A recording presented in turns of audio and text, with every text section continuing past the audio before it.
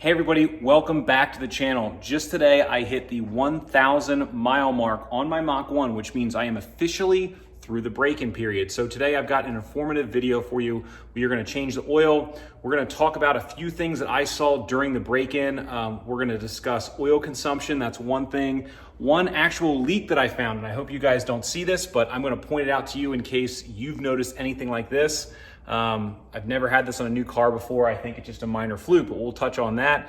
And then we'll just dive into the actual oil change procedure. I do all the maintenance on all my cars, and this is no different. So we're gonna go through a few things that make the Mach 1 a little bit different than other Coyotes, just a few things to keep an eye on when you're changing your oil, or if you're taking your car and have someone else change it for you. So like I said, got a pretty informative video. Hope you guys like it. Probably something you wouldn't even consider buying a new car, but it's something you should keep an eye on.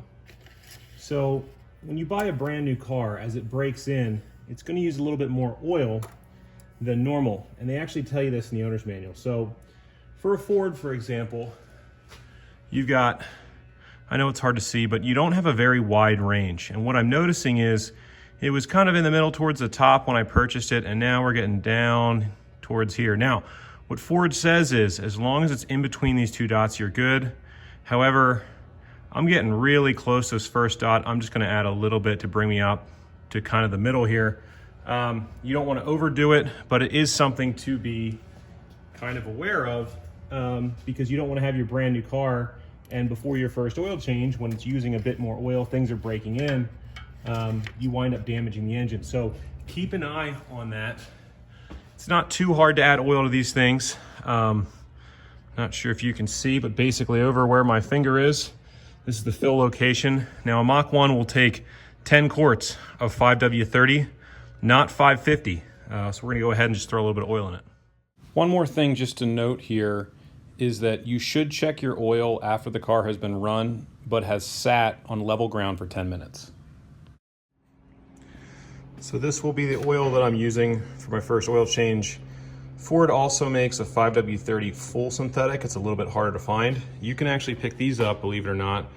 10 quarts of oil here was only 40 bucks. If you go to Walmart, which is pretty cool. I don't normally shop there a ton, but with oil, it's really nice. They also have the Motorcraft filters. So this was probably $5-ish bucks. So under $50, you get all this is pretty good. Which is nice. Back when Ford used to require 5W50 on the track packs and GT350s, that pretty much doubled your price for oil, which kind of sucked. But let's talk about one more thing. Before we dive into what I found, let me just say, I don't think this is a chronic issue with a bunch of other Mustangs. I don't even think it's that big of an issue at all, but it is just one more reason that when you do buy a car, even though it's brand new and you're excited to get it, really take a look at everything because, you know, after all these things were put together in a factory, there's just normal men and women assembling it, and there are, you know, there's errors that can happen. So just, I know you're excited, you just got your car, you think everything's perfect, it's brand new, but really take a close eye and look over everything, you know, before you go out and drive it for, you know, 5, 6, 7,000 miles before your first service. So when I picked up this new Mach 1, I noticed actually that I had a little bit of coolant seeping out of here, and it was running down and it collected down there. And I didn't clean it up because I wanted to see if I could just move this clamp and if that would stop it. Because if it didn't, I was going to take it back to Ford and kind of show them what I had seen. It does look like it stopped it. I almost think what was going on here was this was pushed up too far. So when it's fully cooled down, I'm actually going to slide this back a little bit and make sure that this hose isn't resting too far up on that spot right there. I think that's all it was. But if it was way too far, you could have had a lot of coolant come out. So again, these things from the factory should be perfect, but they're not always. So just keep an eye on those little things. You know, as you're getting everything broken in. It's oil change time. Just rolled over the 1,000 mile mark. Now, I have a feeling it is not gonna be as easy as changing the oil in the ZL1. The ZL1 is nice. The oil filter is directly on the bottom. There are no covers to loosen. You just undo it after you drain the oil and it comes out. And if this Gen 3 Coyote is anything like my last one, it's at an angle, you're gonna spill oil on stuff. And I've heard that the new Gen 3s also have a really funky non-bolt type drain plug. It's a plastic drain plug. So rest assured, I will probably be spilling hot oil all over myself here in the next couple minutes. So let's go jack this thing up. Let's see if I can get my low profile jack up under it without driving it up on some blocks of wood. Probably not, but we'll give it a shot.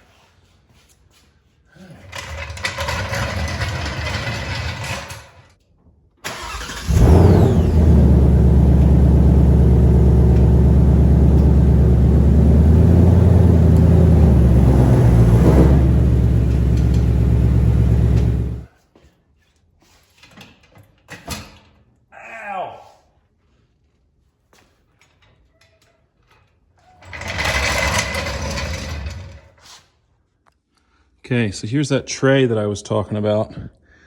The ZL1, in case you're curious, does not have that. I'm hoping that this is my trap door for the oil filter. I'm thinking that it is, so you don't have to take this whole thing off. Here's what's interesting. That's your drain plug. You guys ever seen anything like that before? I mean, I'm sure if you've got newer Mustangs you have, but that's kind of interesting, right? One more thing I'm gonna do. I'm gonna clean up my drain pan. Get that nice and clean, all that old crap out of it from God knows what, sawdust and everything. And that way we can take a look at the oil and just make sure it looks good. Let me spray that down with something. Here we go.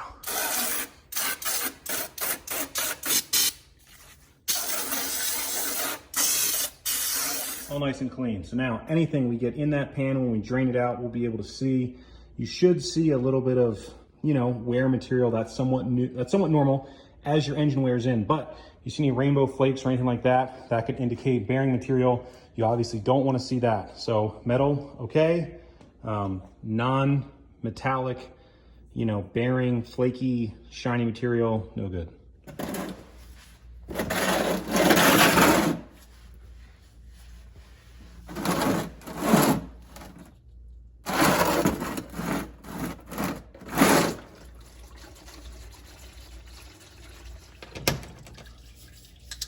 See about a 9/32 there. Let's see if this is our trap door. That's gonna suck. Okay, so looking through the trap door, that's where your oil filter is. Now, as you can see, first of all, tiny little filter. Second of all, you've got this brace right here. Now, I don't know if this brace comes standard on the GTs or if this is a Mach 1 GT350 specific thing. You've also got some electronics down here, which I'm sure is great to get oil on. So I'm gonna probably try to make something up, like a little funnel out of cardboard or something. And yeah, we'll see. I'll probably get a wrench on that. Go ahead and grab yourself one of these guys if you don't have them. Looks like Ford puts this thing on pretty strong from the factory. I don't have a part number for you, but it says that on the bottom, so maybe that means something to somebody. You can use an extension to get to this from the side, but you're not gonna be able to break this loose with your hands. Here's that crazy filler cap for folks who haven't seen it. So it literally just twists and locks, and there's an O-ring, but not like your normal bolt. One more thing I want to point out. So I looked online. If you have a 2021 non-Mach 1 or any older, you are going to have 520. But this, and I double checked in the Mach 1 supplement, calls for 530. So if you have a Mach 1, make sure you're using 530. This is a synthetic blend. You can use the full synthetic if you want. And I think the filters are the same either way, FL500S. So I just took a little bit of cardboard from the box that my mid-pipe came in. It's probably about, I don't know, 8 inches or so. Folded into a V, shoved it up in there. And I'm gonna try and get a swivel on this, slide my drain pan under here and see if I can't get it to drain all down the cardboard instead of dropping over everything else. We'll see. When you drain your oil, you'll get some oil that'll come up on top of this, so make sure you clean the top of that off. All right.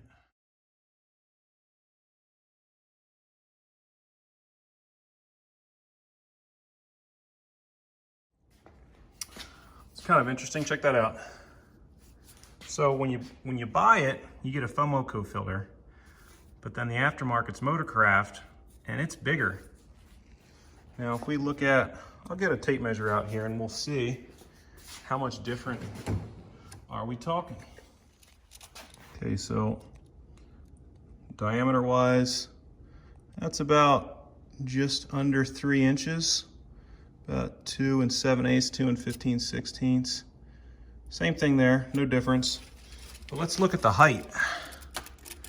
Okay, so that is about 3 7/16. That one is 4 1/8. Huh. Could do a little math there and figure out how much more oil you're getting in your Fomoco filter. Should go without saying, but make sure you take some hot oil, run it around the filter. Then we're gonna go ahead and fill up our filter with oil. Now remember, this filter's at an angle, right? So you can't fill it all the way to the tippy top or else you're gonna lose some. So we're gonna fill it up as best we can. And one trick with this is to fill it up and then wait, because as all that filter media absorbs the oil, the level will drop. So if you just fill it up, you know, to where you think it's high enough and then go install it, you'll actually have less oil in the filter. So pour it in, wait, pour it in, wait, but don't go all the way to the top. Otherwise, you're just gonna be spilling fresh oil out when you go to install this. The oil running down there, you're gonna wanna try and clean that. I threw a rag in here to catch the drips, and I'll try and wipe that off before I get everything. But that's what the oil filter looks like. Despite my best attempts, and this worked pretty well, I still got some oil, tie rods and stuff. So you wanna go and wipe that off before you're done so you don't scare yourself later that you got an oil leak or something.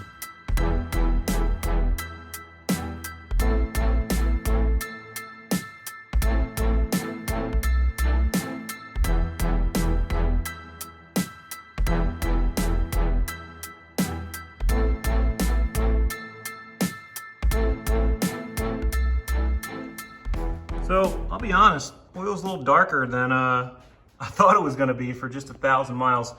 Don't worry about that little, there's a leaf or something in there. That was just on the other side of the car. It must have got brushed off, but I'm gonna go ahead and pour it back in here because this has got markers on the side, and we'll be able to see, you know, how many quarts were in there. Just make sure that it's 10 quarts, and then look at the bottom of that pan and see if there's any kind of material. I mean, obviously some of it will transfer over, but maybe we'll get to see something. So let's go ahead and do that. Yeah, we're not gonna be doing that. The just rotated as I was doing that, and it got oil everywhere. So that may be a different filter, hold on. Well, I've got everything drained back in.